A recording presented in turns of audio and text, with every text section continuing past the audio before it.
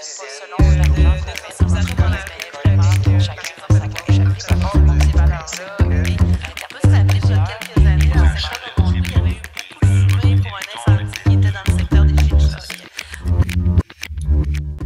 Comme je disais tantôt, ça n'aurait fait que des gagnants, puis là, ça fait juste des perdants. Puis c'est un peu là-dessus que j'ai été sorti. Puis pour en venir à notre dossier Caribou, ben, on voit que tout est interrelié, là. C'est un résultat de principe de précaution en lien avec la ZHR. Fait que ça fait pas de sens. Puis moi, je ne détiens pas la vérité. Marc, là, je le dis, je suis technicien forestier de formation, les gens me connaissent. Pas seulement moi qui dis ce que je vous raconte cet après-midi, là, c'est plein de forestiers qui disent ça, puis même il y a des scientifiques qui pourraient pas dire le contraire de ce que j'avance. Nous recevons aujourd'hui le préfet de la MRC de la Haute-Gaspésie, Guy Bernatchez, pour une mise à jour sur quelques dossiers régionaux. Il reviendra d'abord sur l'enjeu complexe de la récupération du bois de Chablis dans la zone de protection du caribou, un dossier où la vision de la MRC pour un aménagement à la fois économique et écologique se distingue de celle de Québec. Par la suite, nous aborderons des sujets plus rassembleurs, comme les cérémonies de graduation qui célèbrent la jeunesse et le dynamisme de la communauté d'affaires locale. Bonjour Guy, comment vas-tu? Ça va bien, Marc? Et toi? Très très bien, merci. En tout cas, merci de prendre de ton temps pour répondre un peu à nos questions. On fait une petite mise à jour des dossiers comme la dernière fois. Alors c'est sûr que on va se lancer dans le dossier un petit peu plus gros parce que ça suscite, ça anime un peu des passions. On parlait tout à l'heure de caribou, tout ça, mais j'aimerais qu'on parle aussi, il y avait le dossier de récupération du Chablis dont toi tu étais intervenu sur Internet. Est-ce que tu voudrais nous faire un petit peu un résumé de cette situation-là? Ben, tout est interrelié, Marc. Hmm. Au fil des derniers mois, avec la proposition de projet là, du ministère de l'Environnement en lien avec le projet pilote de la protection du caribou, ben, on en a un exemple concret là, qui nous a frappé en plein visage la semaine passée. On avait tout près de 7000 hectares de forêts perturbées naturellement, dont le 5000 hectares des Grands Vents de décembre 2023, plus un 2000 hectares de tordeuses et bourgeons de l'épinette, qui se trouve dans le territoire de la ZHR, la zone d'habitants en restauration du caribou, qui a été proposée par le gouvernement, 5000 km², 95 de la superficie de notre MRC. Là, on dit qu'on récupère juste 1700 hectares parce qu'on ne veut pas faire de nouvelles perturbations en lien avec la récolte des bois atteints par la tordeuse des bourgeons de l'épinette et les chablis. Mais moi, je ne suis pas d'accord avec ça. Il aurait fallu faire une intervention humaine d'aller récupérer ces bois-là. On aurait fait vraiment une pierre plusieurs coups. C'est-à-dire, on aurait fait la récolte de ces bois-là, ça aurait emmené de la matière ligneuse à nos usines de Capcha et Marsouis sur notre territoire de la MRC. Ça aurait fait du travail pour nos travailleurs sylvicoles en lien avec la plantation, puis la sylviculture qui suit des opérations de récolte. Puis, quand on parle de perturbation, la raison qui était amenée, c'était la construction de chemins. Mais moi, je dis les nouveaux chemins qui auraient été construits, qui en ce moment, on s'entend, n'existent pas. Bien, vu qu'on est dans un principe de précaution, on aurait pu fermer les chemins au fur et à mesure que les travaux de sylviculture auraient été complétés, puis on aurait pu même replanter des chemins qui auraient été construits pour aller récolter ces bois-là. Donc là, on remet du territoire en production ligneuse pour l'habitat du caribou dans quelques décennies. On accélère le retour d'un habitat favorable au caribou avec l'intervention humaine. On ferme les chemins, on garde notre superficie productive, on fait en sorte qu'il n'y ait pas d'eau de ruissellement dans les chemins nouvellement construits. Donc, c'est du gagnant-gagnant pour tout le monde. Puis là, en faisant rien, en laissant ces bois-là pourrir au sol, d'un, ça devient extrêmement inflammable, donc très dangereux pour les feux de forêt. Ça devient des masses de bois secs sur le terrain qui fait en sorte que c'est très dangereux pour les feux de forêt. Ça repousse, c'est long à prendre sa place. La nature fait son œuvre, mais avec beaucoup plus de temps. Puis au début, c'est des arbustes feuillus qui prédominent durant plusieurs années. Donc ça l'amène l'orignal, ça amène ses prédateurs, puis ça fait en sorte il n'y a rien de bon pour le caribou quand on parle de protection du caribou. Donc, comme je disais tantôt, ça n'aurait fait que des gagnants, puis là, ça fait juste des perdants. Puis c'est un peu là-dessus que j'ai été sorti. Puis pour revenir à notre dossier Caribou, ben, on voit que tout est interrelié, là. C'est un résultat de principe de précaution en lien avec la ZHR. Ça fait que ça fait pas de sens.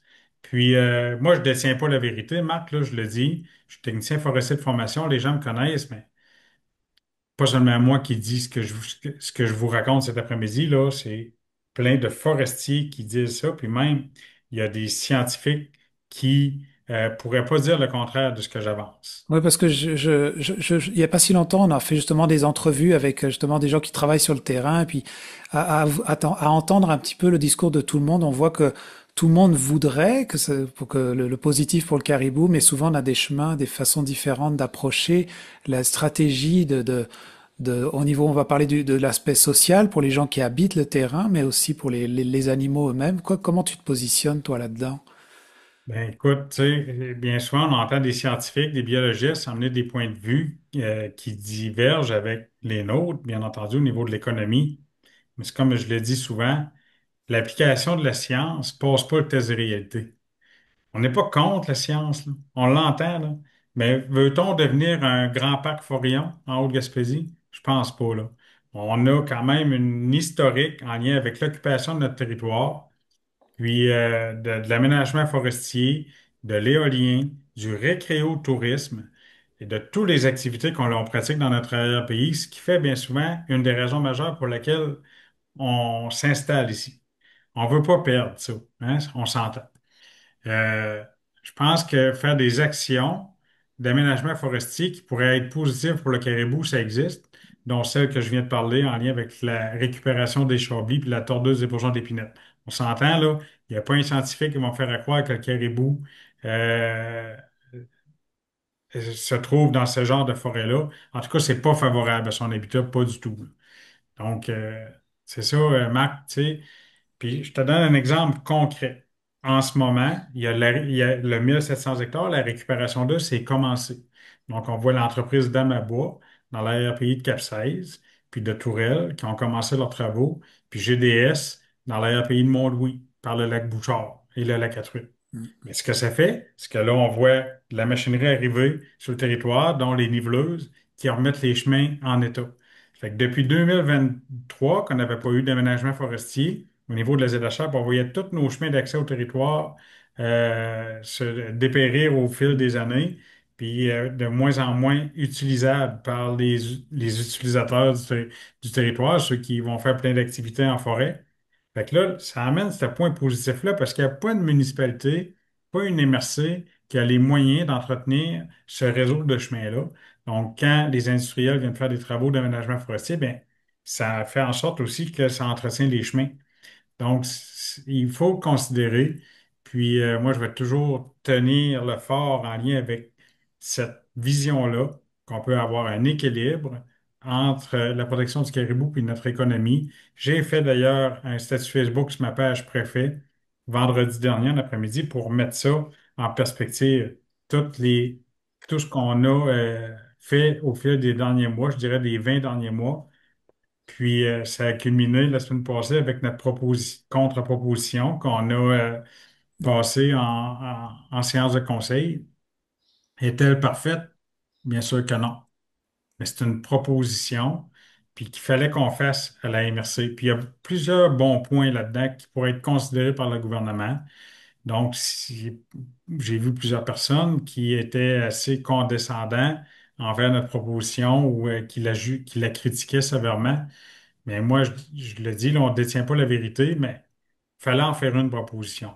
Elle est faite. Maintenant, autour du gouvernement, de nous venir avec de quoi qui va faire en sorte qu'on va le trouver, ce foutu équilibre-là, une fois pour toutes, Marc, pour qu'on puisse faire des actions concrètes pour sauver le caribou, puis des actions concrètes pour que les gens puissent continuer de vivre ici, puis d'avoir de bons emplois, puis d'avoir une économie saine et en santé sur notre territoire. C'est extrêmement important.